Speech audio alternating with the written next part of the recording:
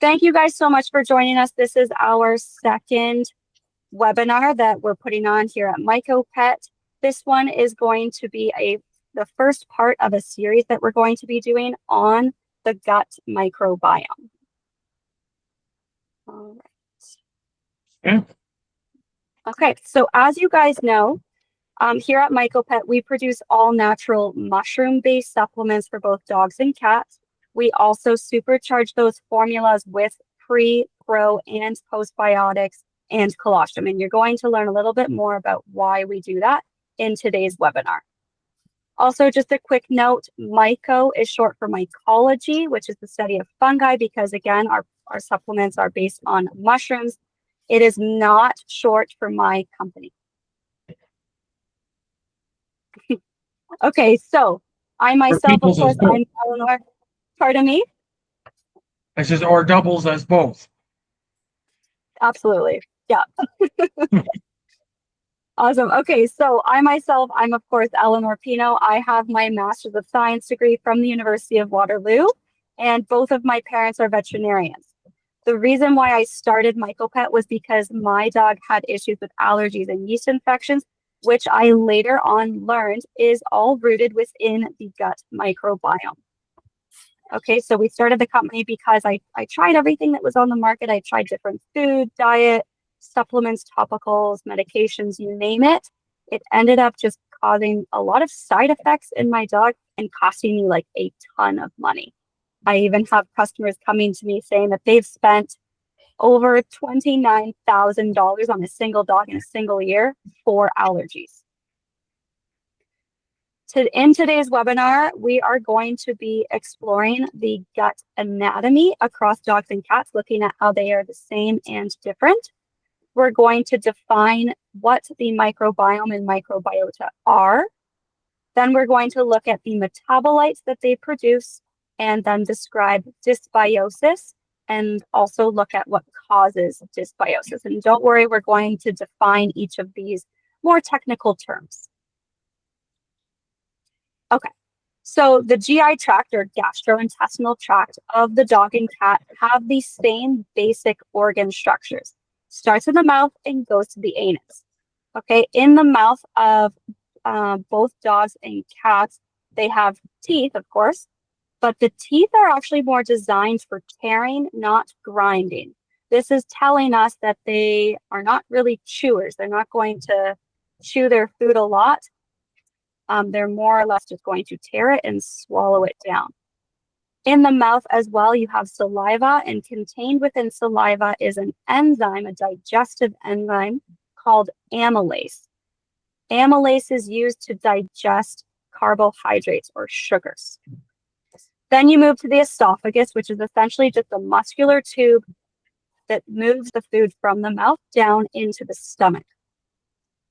In the stomach is where we have lots of acid, as well as some enzyme like pepsin to help digest the food into more breakable parts that we can then absorb in the small intestine. So then the food moves into the small intestine. This is actually the main site of digestion. This is actually where we inject bile and some enzymes from the pancreas, which help to further break down not only carbohydrates like they started in the mouth, but also now fats and proteins. Then in the large intestine, this is actually where you have the majority of your water absorption. This is also where you are forming stools. And as we'll see, this is also actually the main site of where your gut bacteria or microbes have their function and where they live.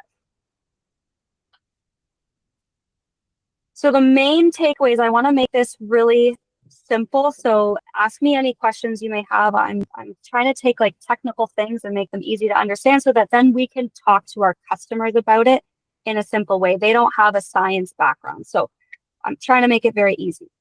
So the main takeaways are that cats are obligate carnivores. We're seeing this especially in their teeth. And when we get to the next slide, you're going to see this.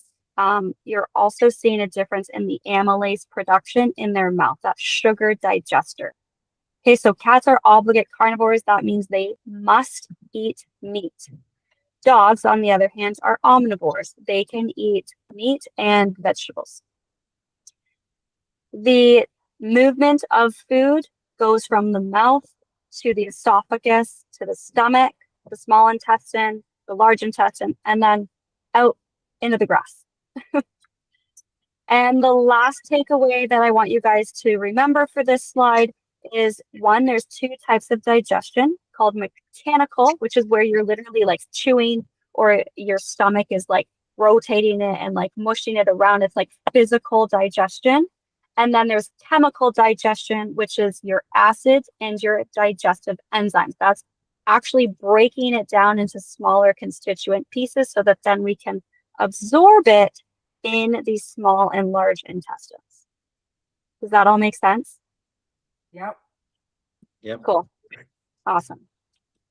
Okay, now let's look at the differences between dogs and cats in the GI tract itself. So here we are. So in dogs, they have like pretty kind of like regular amylase production in their mouth, that carbohydrate digesting enzyme. Cats, very, very little. This is, again, indicating to us that they are obligate carnivores. They are not eating plants and fruits and vegetables. It's not what they do. It's not how they were designed. Another cool fact is that the esophagus of cats is less stretchy. So if they eat something that's too big, they're going to just vomit it back up because they can't get it down. This is one reason why we see that cats are more often vomiting. Another cool fact is that their stomachs in cats is also smaller, and this makes them more suitable for smaller, more frequent meals. And we can see this in like just how they act normally outside. They're not going and finding some giant carcass and eating it all.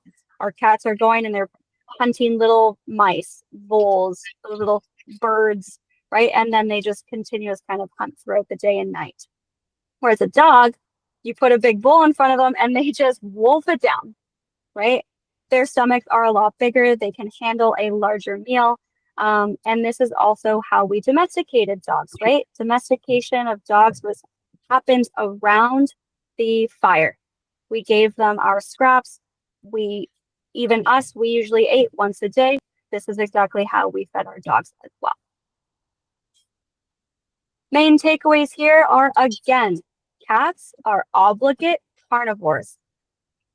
It drives me crazy when I see someone's trying to give their cat a vegetarian diet. That is not appropriate for the species. And then also dogs and cats, their anatomy for their digestive system is essentially the same.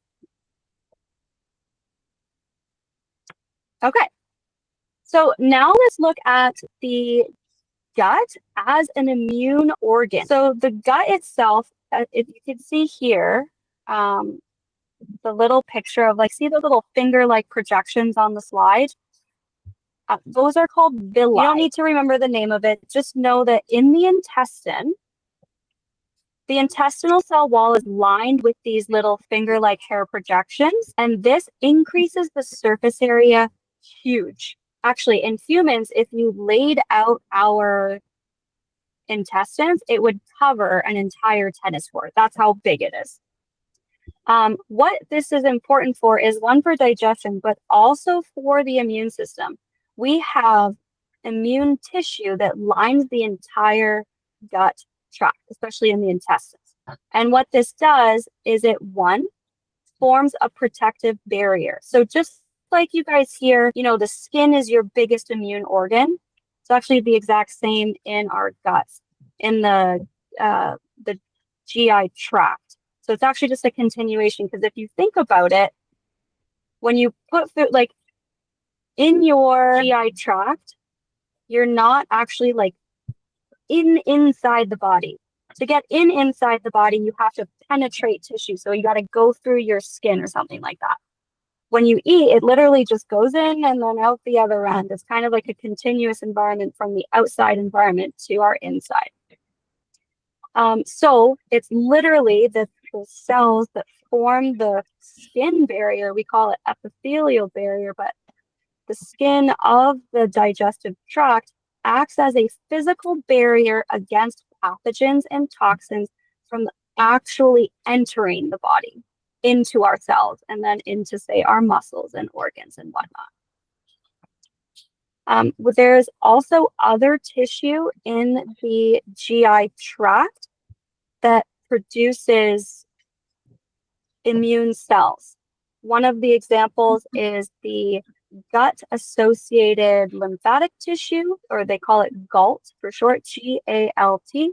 And again, this is essentially helping the body to identify possible pathogens, but then decide whether they're going to attack, whether they're going to tolerate the pathogen, or whether they're just going to ignore it. Just to highlight some enemies of our bodies are pathogens like bacteria, viruses, and fungi, and toxins like alcohol or poisonous mushrooms.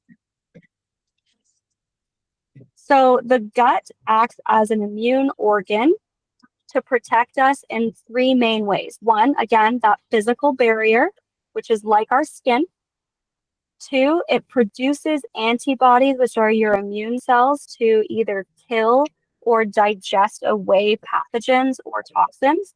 And what I actually didn't highlight, but it also teaches the immune system. So there's these really cool cells that will go and teach other cells what to react to and what not to. The main takeaways on this slide are the functions of the gut. You have three main ones. The first one is digestion. Remember that mechanical and chemical digestion. Then you have absorption of nutrients that's happening in the intestine with those finger-like projections, the villi. And number three is protecting the body. This is the immune system. The gut is an absolutely massive immune system organ. And a lot of people say it's the most important one. Okay, so now we're going to look at the microbiome and what is it? So let's actually start with microbiota. So microbiota literally means, we're going to split the word apart. Micro being like small or tiny, biota meaning life. So small, tiny life. So microbiota are like bacteria, fungi, viruses, and other microbes. And then the microbiome is actually all the microbiota in the environment. Microbiome being, again, tiny, small for microbiome being like environment, ecosystem. So you can think of this like, let's say myself, you guys, like humans, say we're going to represent bacteria. Our dogs, they can represent the fungi. Cats, they can be the viruses. We're the microbiota, we're the living things. And then the microbiome would be like I'm in Toronto right now. It's raining, it's humid, the weather it's warm, but then we have grasses and other things. It's the ecosystem in which we live. So we are the microbiota, and the environment is the biome, but we are included in that. Does that make sense? Yeah. Cool. Awesome. Okay, so the microbiome is super important for not only digestion, but also the immune system. Specific bacteria in the gut microbiome will break down foods. For example, they break it down into, say, short chain fatty acids, which have a host of different functions. But they are also responsible for producing some vitamins like vitamin K and B vitamins, and they also produce serotonin or neurotransmitter and hormones. Super, super cool. A lot of people don't know that you can actually create vitamins in your bodies. You don't only have to get them from your food. Now, in research over the last couple of years, we know now that diversity of the gut microbiome is far more important than the number of bacteria. Say, like, when you go to the store and you're looking for a probiotic, and I was just at the grocery store yesterday and I'm looking like 30 billion CFU. CFU, by the way, stands for colony forming unit.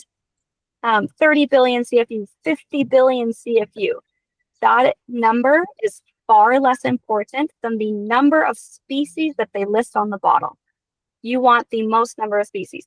And this is why at Myco Pet, we add 18 different species of probiotics in all of our formulas. That's the most available that you can get on the market. Now, these microbes also function to support the immune system in different ways. One of those ways is even just out-competing the bad guys. We call that competitive inhibition, but essentially it's like, I am bigger and stronger than you, so I'm going to nudge you out. I'm going to take the food that you would need to live, and therefore you're going to die. So the main takeaways here are the difference between microbiota and microbiome. Again, microbiota is like the actual living organisms. Remember, it means tiny life. And then microbiome means tiny ecosystem or environment, which includes the living organisms. Diversity is far more important than number of CFUs, and the microbiome is a huge factor in the immune system. Any questions there? Clear as mud. Okay. Okay, so moving on, we're going to look at the scale and the dominant players of the microbiome. So in Toronto, there's, a couple million people. In all of our guts, whether you're a human, a dog, a cat, or whatever, you have billions of microbes, billions. And very, very important, you need them. You need them to live, you need them to digest, you need them to make nutrients, you need them to support the immune system, as well as even communicate and signal throughout the body for different metabolism and different processes. Now, I said we provide 18 different species of probiotics in our formulas, but you can see here that there's hundreds of species that have been identified in the gut microbiome. So where are we getting those other probiotics? Well, two main places: food and dirt. So food, you're going to be getting it. So for example, I should kind of explain that. So, if you buy an apple, an organic apple, and you let it sit on the countertop and it rots within a couple of days, it's rotting because it itself has a microbiome on its surface. And it's those bacteria that are responsible for digesting it. It's those bacteria that are responsible for digesting it on the counter in your gut. If you don't have those bacteria, you're not going to be able to digest that apple properly.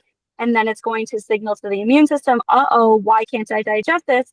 I'm going to now react. You're going to get inflammation, and it's a whole thing. It's important to get organic food because it's not being sprayed with pesticides that kill those beneficial microbes that we need in our bodies in order to digest and absorb nutrients properly. Cool.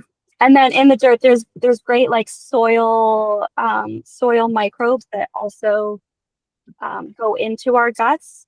You can even see there's been studies on people and their pets and looking at the similarities between their microbes in their bodies. It's really cool because you can actually also share microbes between humans and animals.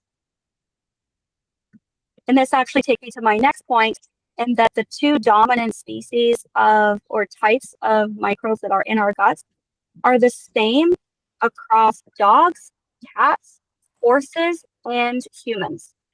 This is one of the reasons why you'll see like on our social media channels where I'm always talking about our products are human grade and excuse me.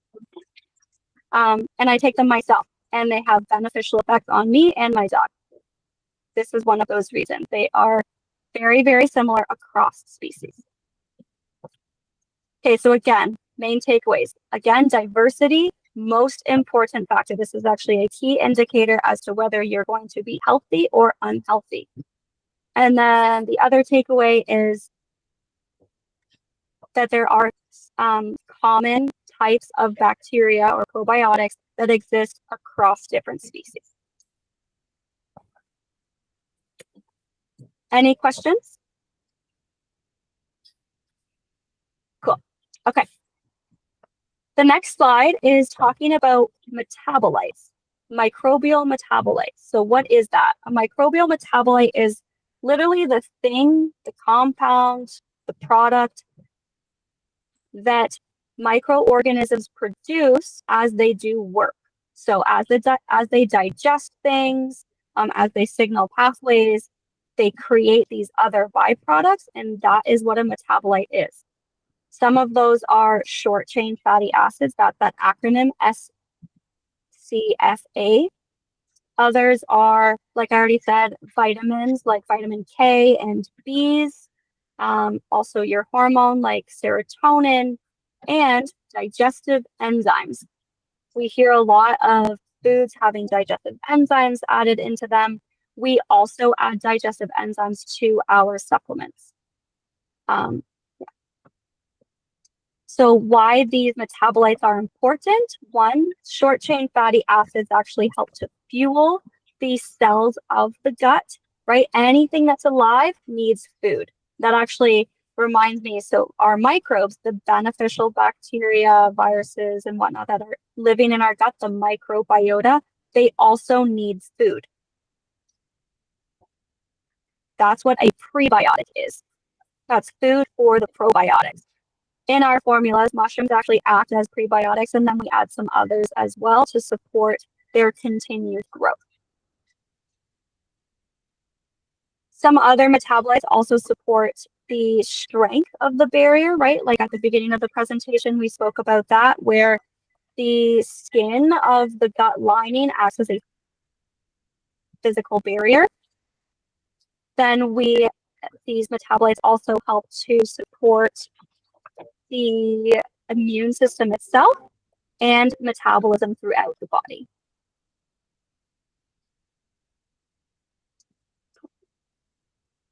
Okay, and now moving on to dysbiosis. So dysbiosis literally means like an imbalance in the microbiome. Now today, of course, we're talking about the gut microbiome, but so a dysbiosis in the gut microbiome is where there's an imbalance in the different microbiota, the living organisms, the bacteria, right? This is going to be most important when you're talking to your customers, because they're coming in, they're saying, my dog or my cat, they have itchy ears, they're itching their paws, they have hot spots, they have diarrhea. Why is this happening? Well, it's happening because of a dysbiosis in their gut microbiome, an imbalance in the gut microbiome. But why is that happening? And then how do we, one, fix it and prevent it from happening in the future? Here you're going to see your main drivers or causes of gut imbalances. And number one on the list, antibiotics. Antibiotics are medications that kill life organisms, hence the anti, so like against, and biotics meaning life. So we're killing life. Now, it doesn't distinguish between good and bad. It's killing everything without distinguishing.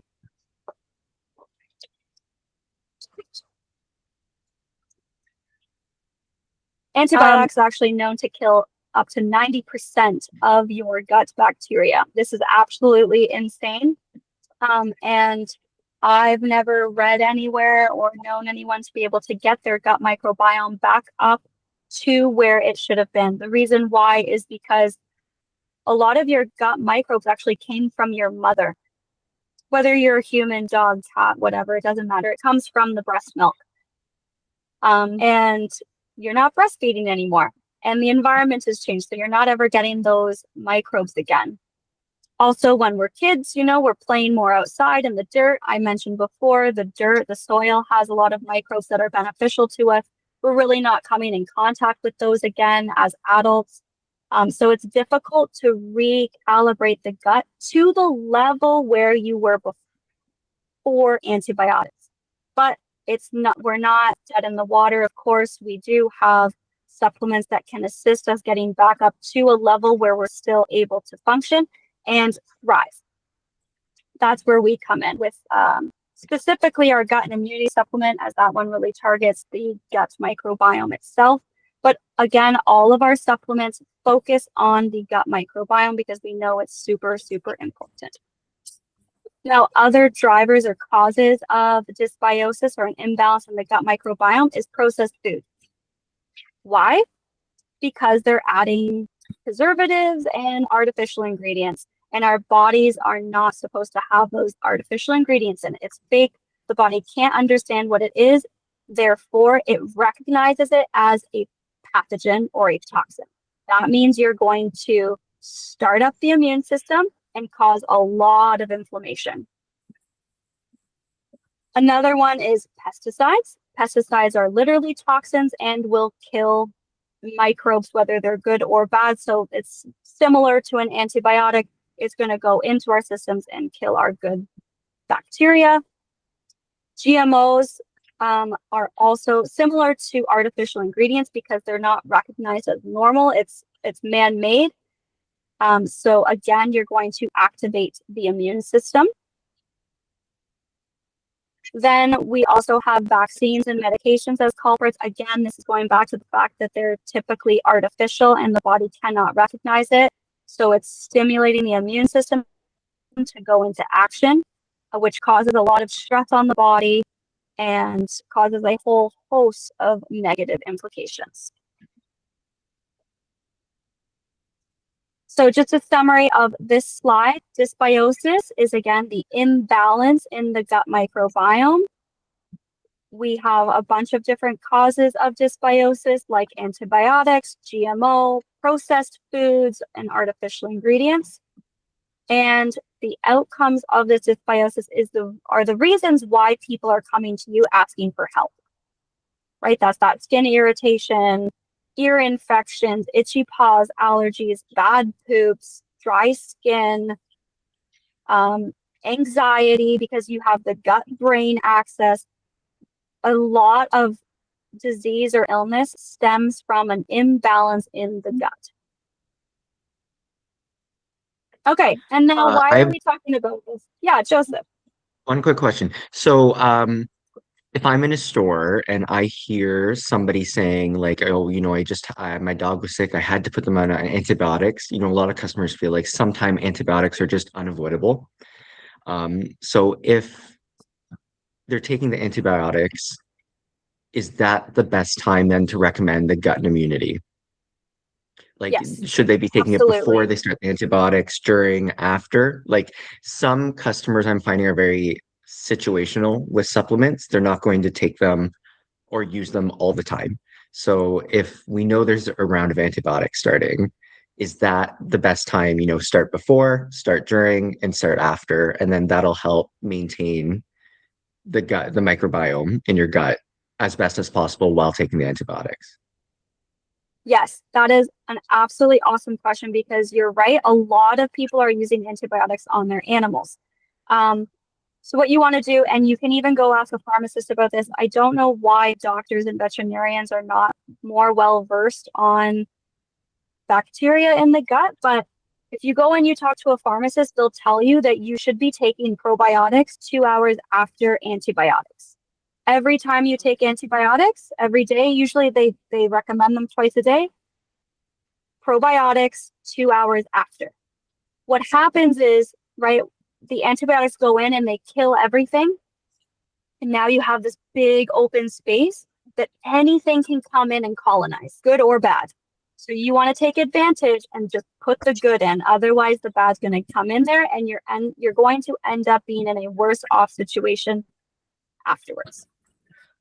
So yes, 2 hours after antibiotic administration and then continuing thereafter.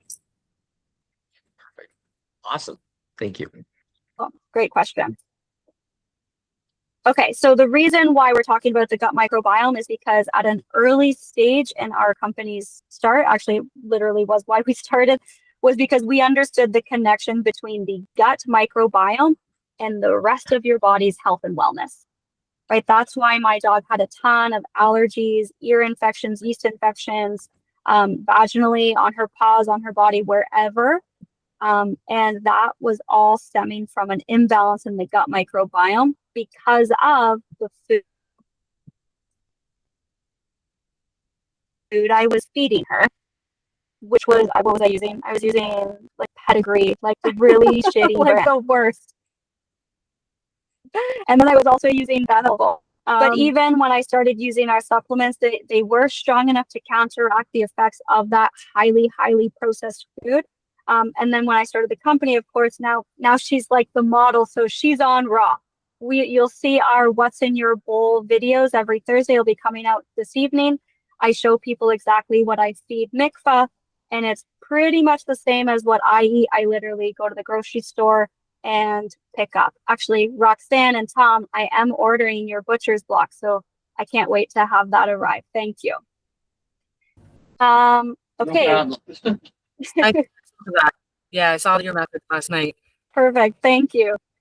Yeah, just a shout out to Raw for Pets. So their foods are GMO free. There's no preservatives, and all of their meats are raised without GMO grain, and there's no antibiotics or hormones in the meat either. Those are super, super important to help not dysregulate or cause an imbalance in the gut microbiome. Okay, so all of our supplements have probiotics. Pro meaning good, biotics again meaning life. So the good biotics. Probiotics, prebiotics, so that we can feed those beneficial microorganisms that we're adding into the gut. That's again why it's not so important to have a really big CFU like the 50 billion that we see on some human probiotics, because they should be able to grow and replicate in our bodies. That means you have a good, healthy microbiome. That's the environment with the microbes in it. And then we also add postbiotics or metabolites, including digestive enzymes. So we add, you'll see actually our one of our newly released products, Probiotics 3P. 3P stands for pre, pro, and postbiotics. There's even good bacteria like probiotics that are known to help joint health, right? Usually we think it's just about digestion and the immune system, but it also helps with joint health. And then there's also the gut-brain axis. That's your mood, your behavior balance, anxiety. That's in our Focus and Calm. Yeah, so again, we put the microbiome first because we understand how essential it is to the health and wellness of every body system in our dogs and in our cats. And it extends, like I said before, to humans, horses, you name it. Great. Okay, that is all I have for you guys today. I wanted to also, actually, Joseph, you already got one of my questions, so thank you, the antibiotic question. But I also wanted to see how you guys would answer, or I can help you guys answer, like, if a customer comes in to pick up a probiotic and asks, does this actually do anything? How would you use the idea of diversity to explain why not all probiotics are equal? And my focal point would be Flora. Does anybody want to jump in?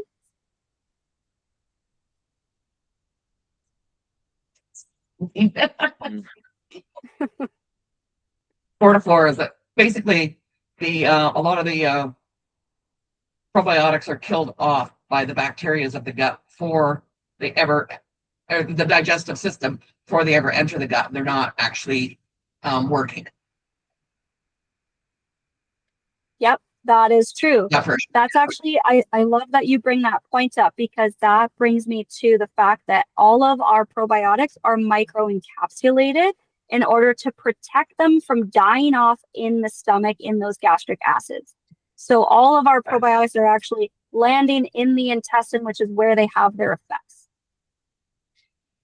The other point about Fortiflora is it's actually only one probiotic species. That's it. It's called Enterococcus faecium, and it was recently banned by Health Canada due to antibiotic resistance. But that's the whole point about diversity. You're not going to have a lot of help with one probiotic species. You need multiple, plain and simple. Yeah.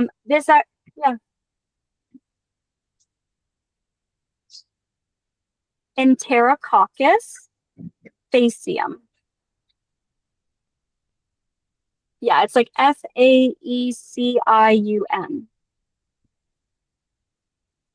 Yeah, you're welcome.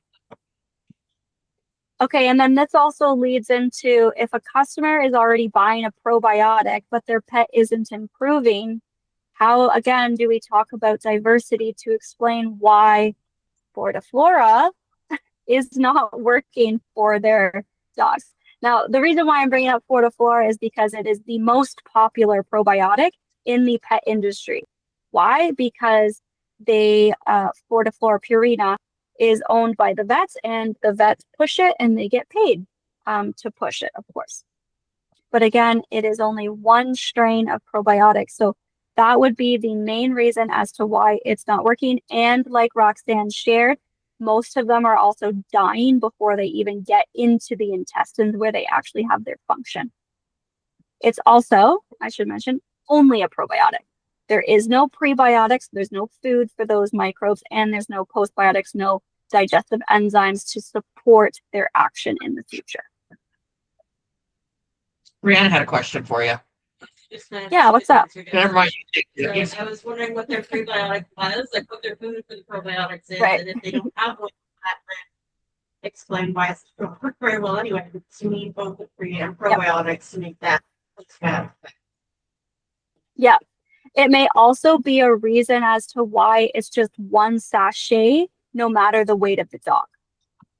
It's just like, hopefully we can get some of them through. It's like the sperm analogy, right? A lot of them die off before they actually reach the egg. It's like, let's throw billions of them at it.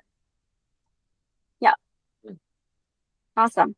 Okay, so next month, we're going to continue along this series in the gut microbiome, and we'll be looking at leaky gut, the 5 silent killers of your pet's gut, some different immune cells, and more biotics. That's those little life organisms. Cool. Any questions, guys? I want to open up the floor.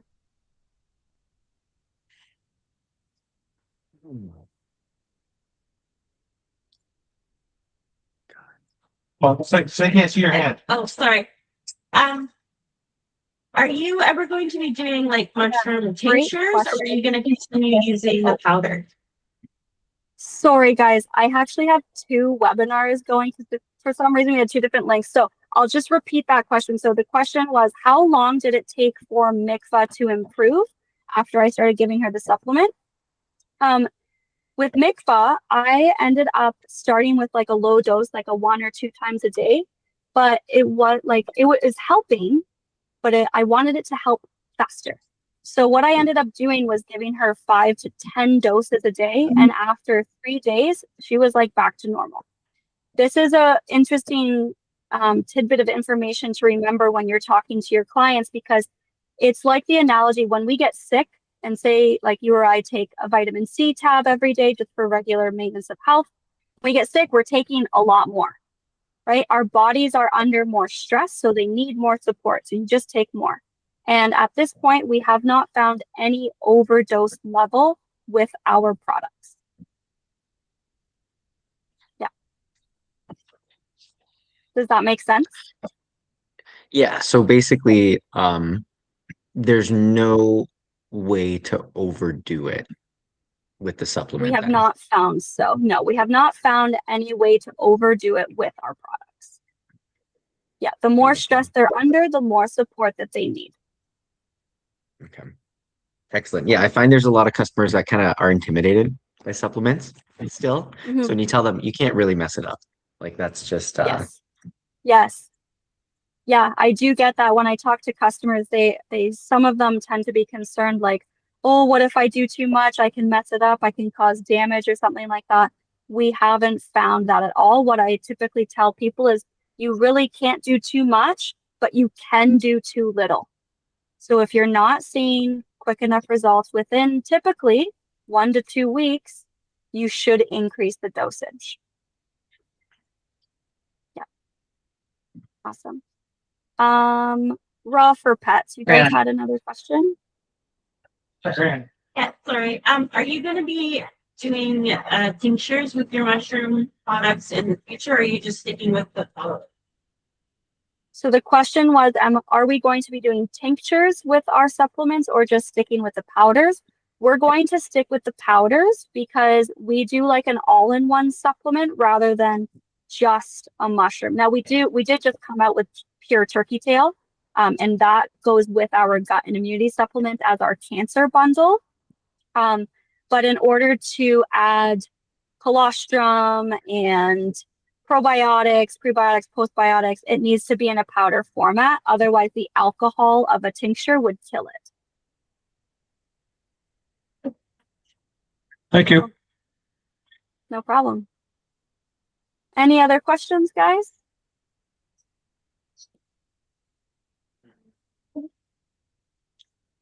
Yep, please.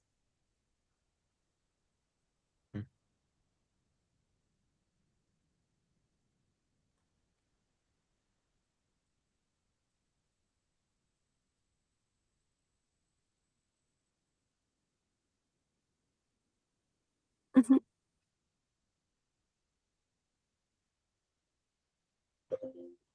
Yes. Okay. So the question was, she's using gut and immunity for her own dog, and it has improved the stool quality.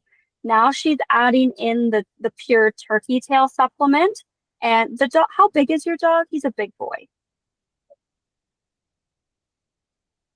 153-pound Great Dane. So you're using, you said 2.5 scoops of the turkey tail so far. But she's seen that the stool quality is starting to decrease. So I would suggest 2 different options. One, you could increase the dosage of the gut and immunity, or you could reduce the dosage of the turkey tail. So the turkey tail itself is highly concentrated. It's the most concentrated available on the market. We use a 30-to-1 extract in there. Whereas I think the next highest is an 8-to-1. So you actually end up needing less of it. So you could even pull back on it. Are there any other symptoms you're seeing other than reduced stool quality when you're adding the turkey tail? Okay, good. So then I would probably maybe just add in a little bit more gut and immunity to give a little bit more probiotic to firm up that stool better.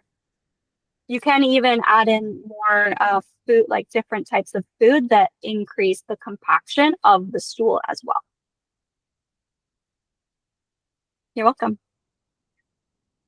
Any other questions? Cool. Okay. Thank you guys so much for coming to our second webinar. I hope to see you on the next one. And if ever you guys have any questions, even if a customer is like right in the store right at that moment, give me a call. I'm usually available. And if I'm not, I'll call you back as soon as I possibly can. Cool. Thank you, everyone.